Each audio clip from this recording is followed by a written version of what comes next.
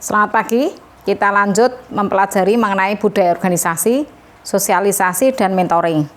Jadi persis seperti kita mengelola SDM ya, bahwa ketika dia masuk ya di sebuah organisasi atau bahkan ketika dia seleksi, yaitu ada person organization fit. Nah, dalam hal ini dicari ya calon atau potensial candidates yang sesuai dengan budaya organisasi dan nilai-nilai yang telah dimiliki oleh sebuah organisasi atau perusahaan. Nah, seperti biasa di awal bab pasti ada major questions ya. Apa itu culture ya? Kalau ditanya apa itu culture, ya memang sulit dijawab karena itu adalah abstrak. Tapi bisa kita lihat ya secara fisik dari bangunannya, dari warnanya yang dipilih, dari tata cara si SDM di situ misalnya melayani ya. Kemudian juga bagaimana ketika dia menghadapi sebuah dilema, itu juga akan mencerminkan ya budaya seperti apa yang dimiliki oleh perusahaan itu. Atau bahkan waktu kita membahas decision making, itu juga kelihatan ya bagaimana mengekspresikan ya perilaku orang dalam mengambil keputusan pada saat dilema seperti itu. Ini. Kemudian apa itu definisi dari budaya organisasi ya.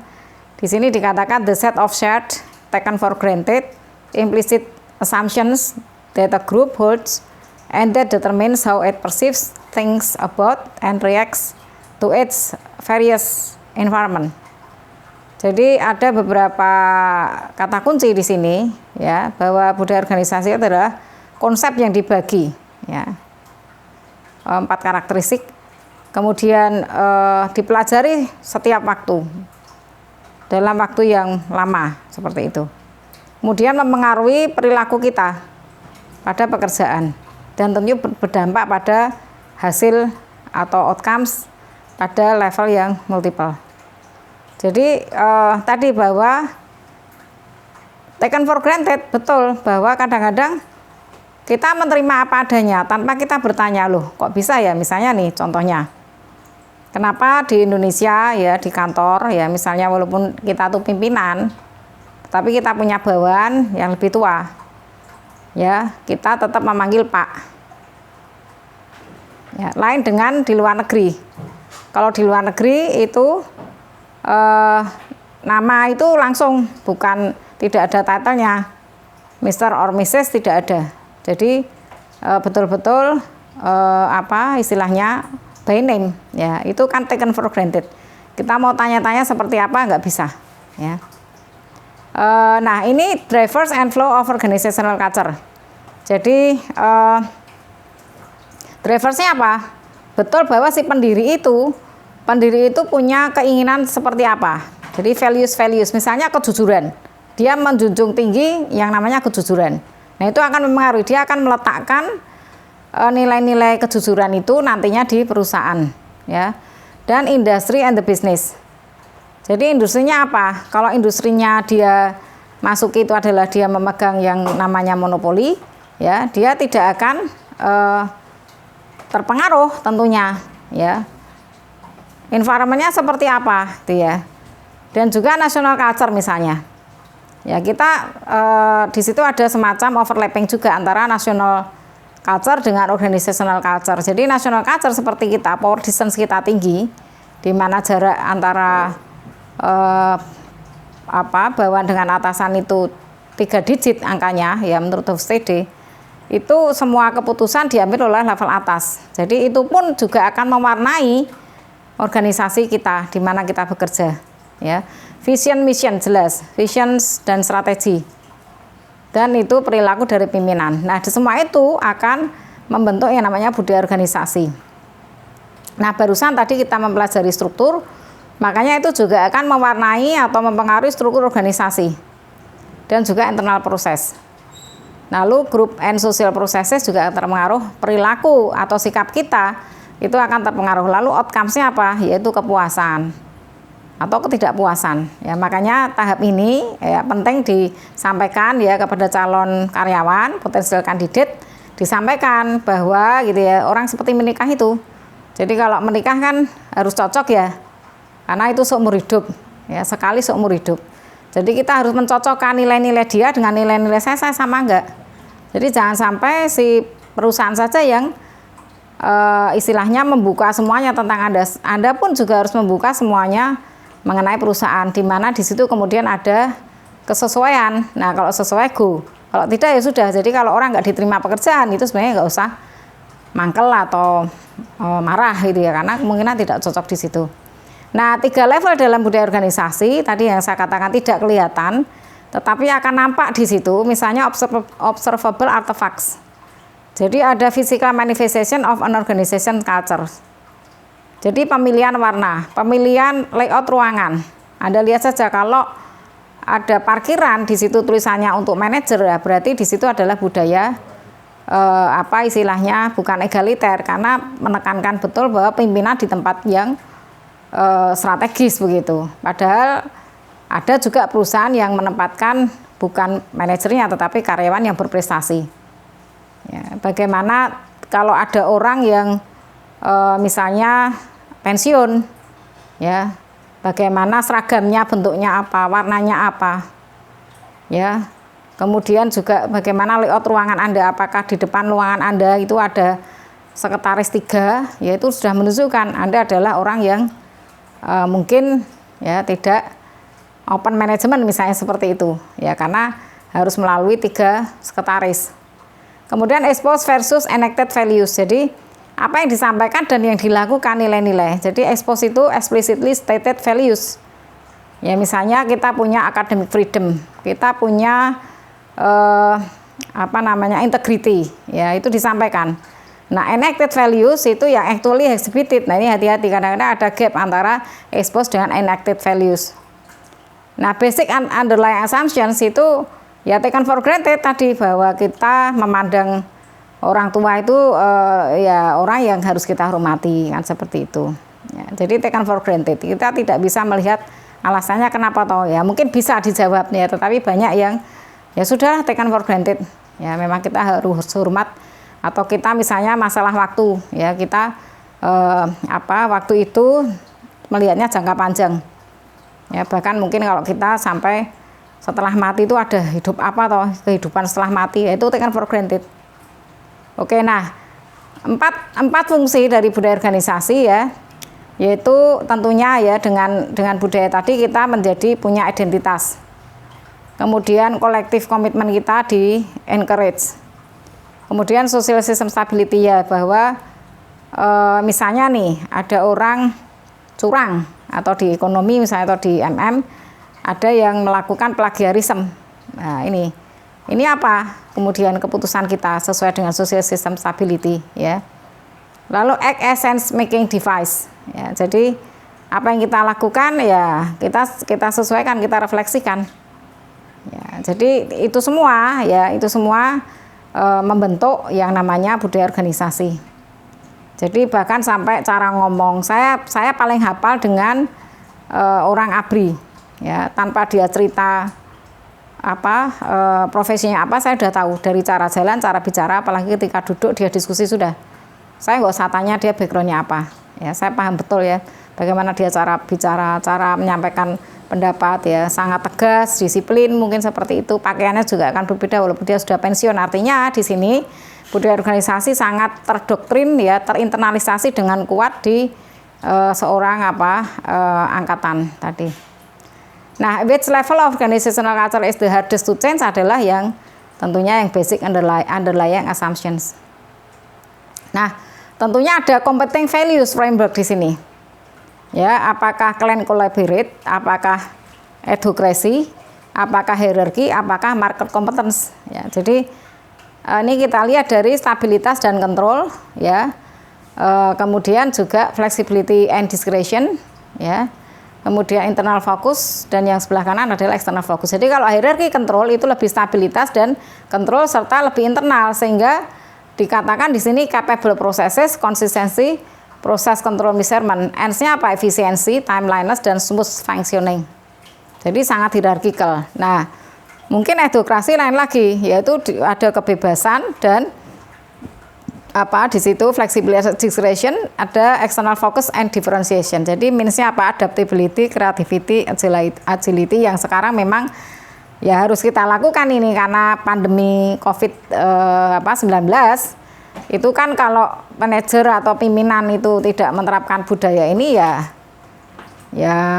mohon maaf ya mungkin tidak bisa diteruskan usahanya karena dia harus agile sehingga innovation tumbuh, cutting edge output ya. Lain lagi dengan client collaboration ya ditandai dengan fleksibilitas tetapi internal fokus. Ada cohesion, ada participation, ada communication, ada pemberdayaan. Apa NCA moral, people development and commitment, dan selanjutnya adalah market compete ya di mana external fokus dan kontrol masih ada.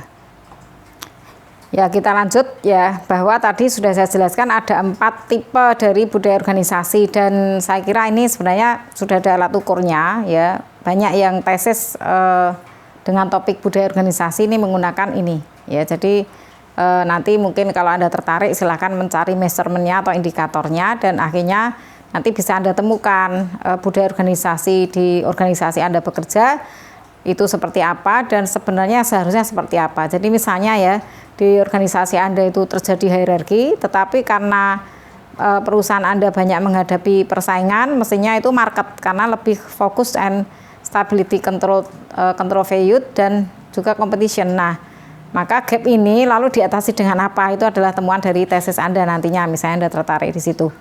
Nah, outcomes-nya associated with organizational cultures itu adalah tentunya dengan diukur dengan effectiveness ya, karyawan juga lebih puas, lebih komitmen, terjadi juga inovasi, kualitas juga dapat ditingkatkan dengan membangun karakteristik client, autokrasi, and market culture misalnya seperti itu.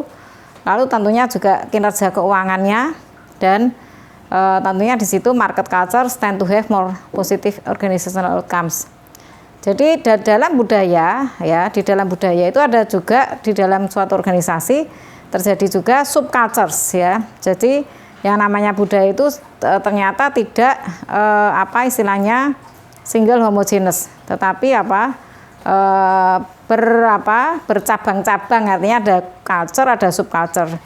Rather multiple subcultures that either intensify the existing cultural understanding and practices or diverge from them. Jadi subcultures itu sering dibentuk di situ seputar kelompok fungsional atau occupational di dalam atau peran dari tugasnya seperti apa, pekerjaannya.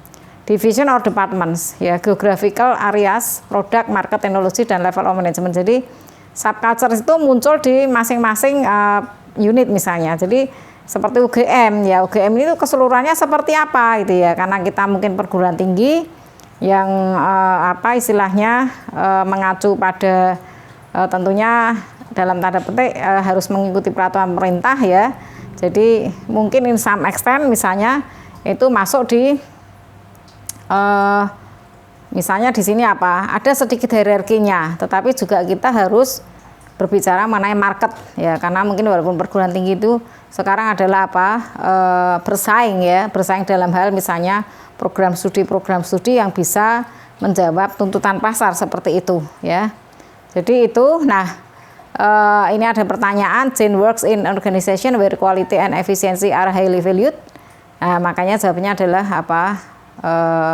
hierarki ya. Dan kemudian selanjutnya for truths istilahnya nilai-nilai truths about culture change. Jadi ada perubahan-perubahan dari budaya karena ya, leaders itu arsiteknya, dia developersnya. Lalu perubahan budaya itu mulai dari 3 level, yaitu artifacts, exposed values, basic underlying assumptions. Lalu yang ketiga, mempertimbangkan bagaimana closely the current change aligns with the organization vision and strategic plans. Kemudian yang keempat, menggunakan pendekatan structured, terstruktur ketika mengimplementasikan yang namanya perubahan budaya. Jadi beberapa nilai-nilai kebenaran ini ya, truths ya, the moment of truth ya, seperti itu ya. Jadi adanya perubahan budaya. Jadi memang leaders ini menjadi vokal di situ, ya.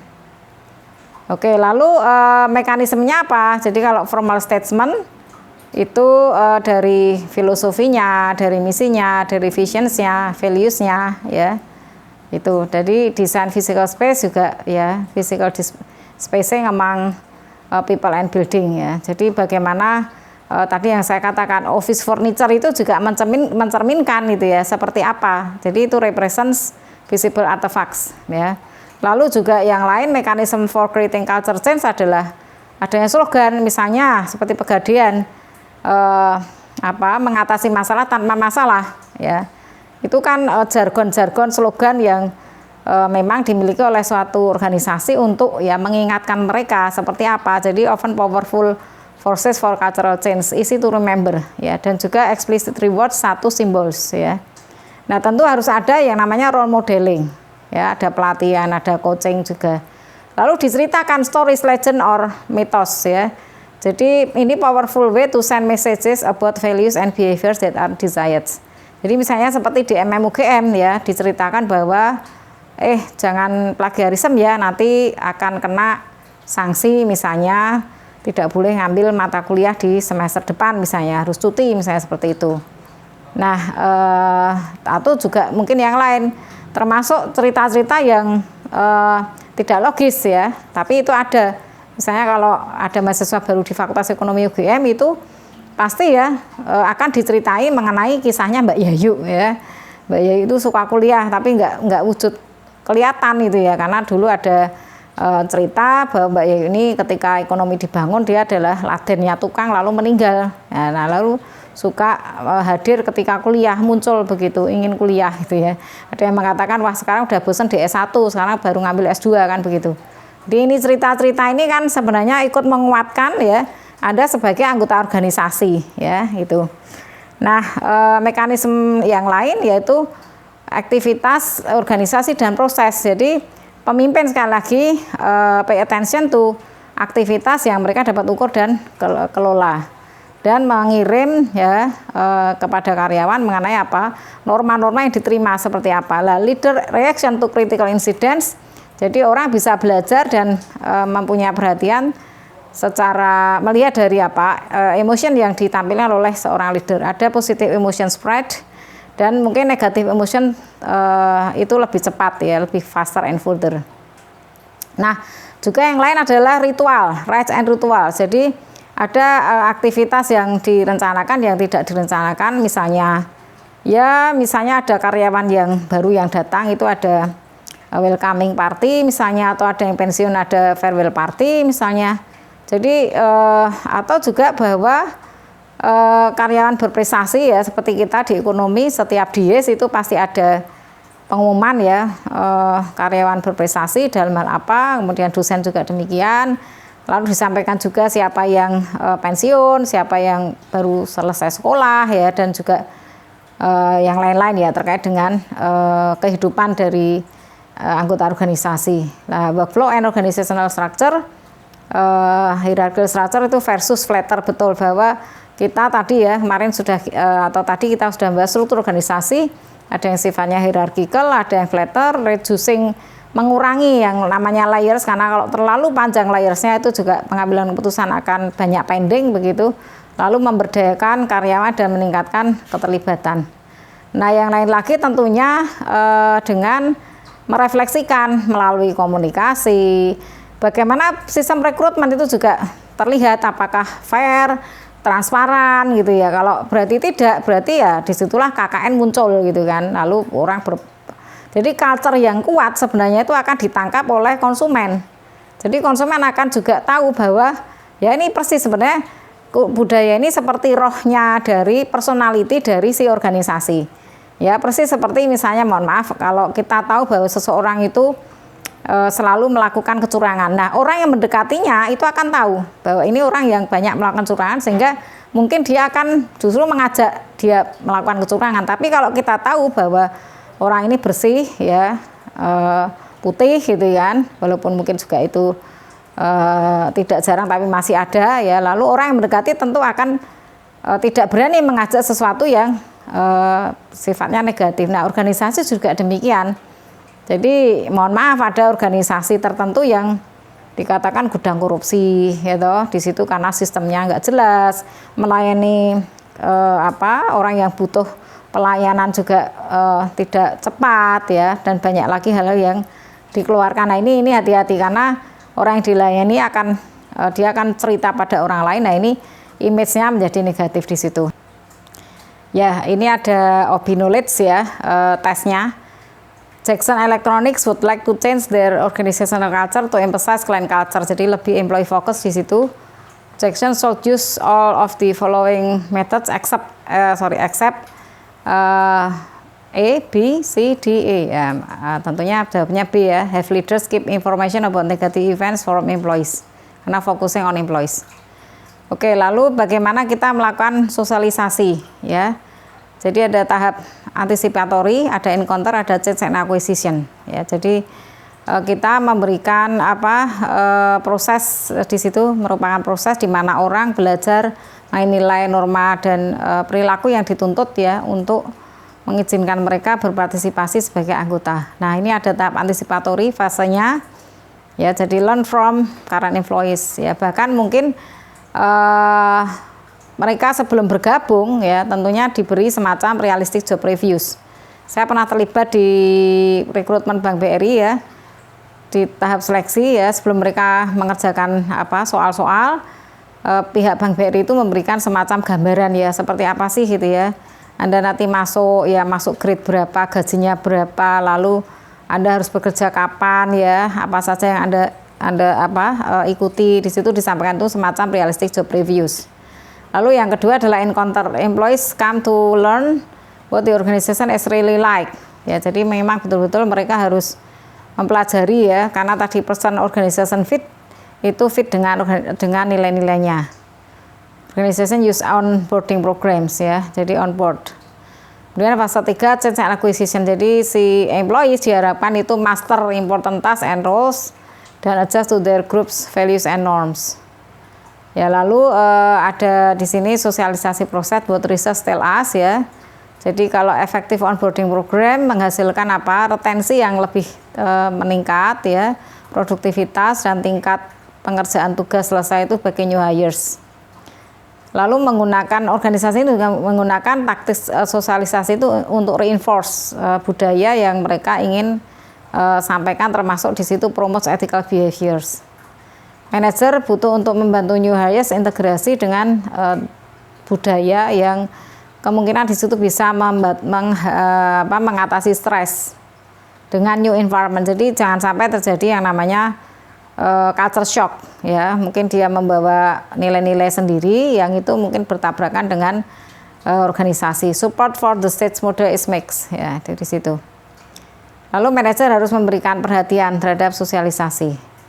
Nah, makanya di sini ya new employees itu mendapatkan yang namanya semacam bimbingan ya melalui 4 tahap ya. Initiation itu mendapatkan mungkin 5-12 bulan, lalu cultivation itu semacam karyawan baru mendapatkan atau disebut protege, begitu ada mentor, lalu terpisah separations ya antara mentor dengan si karyawan baru, lalu redefinition apa yang sebenarnya diharapkan itu dia lakukan di situ. Nah, general function of the mentoring process ada yang terkait dengan karir, ada yang terkait dengan psikososial ya. Makanya kemudian ada sponsorship sampai dengan coaching, protection, challenging assignment. Jadi diberi tugas-tugas yang menantang ya. Lalu ada role model, ada acceptance and confirmation, ada counseling, ada friendship, semacam persahabatan ya, bahwa di situ lalu ada semacam ikatan ya secara psikologi, psikososial. Nah, bagaimana membangun your social capital? Jadi ada broad development network itu membantu kesuksesan karir. Jadi kalau Anda punya jaringan yang lebih luas ya, itu pengembangannya itu akan menunjang kesuksesan karir. Jadi ada konsistensi dan kongruensi antara karir personal Anda, tujuannya Anda dengan jaringan yang tadi dikembangkan akan meningkatkan job and career satisfactions ya. Makanya lalu develop a mentoring plan ya, di mana ada goal driven, mencari seek out the experience in the areas which you want to improve ya, apa yang nilai-nilai yang akan Anda bawa di dalam hubungan relationships ya, know when to move on ya. Nah, untuk kasus ini maka bahwa ada pertanyaan ya mengenai all of the following are benefits of the realistic job review ya, sehingga yang perlu dilihat accept apa di situ ya. Jadi all the following are benefits to RCP, proses accept ya, tentunya ini yang A bukan, yang B tentu juga bukan karena turnover itu negatif. Provide clear picture of actual job expectation juga bukan, ini mungkin yang D ya, di mana employees may not accept a position after learning about the negative aspect of the jobs ya. Oke, nah ini kemudian tahap-tahapannya, ada input di mana person faktor, situation faktor, lalu ada proses di mana PO fit yang bolak-balik saya sebut ya, ada group and team level ya, dan organizational level, dan outcomes-nya individual juga, grup juga, organizational level. Jadi ada 3 level yang outcomes yang bisa kita lihat dari sikapnya, dari karir outcomes-nya, dari tingkat turnover-nya, dari grup bagaimana ya, mungkin grup cohesion and conflict itu mungkin bisa lebih dikendalikan karena mereka punya persamaan nilai-nilai, persepsi yang sama terhadap nilai-nilai, tidak bertabrakan.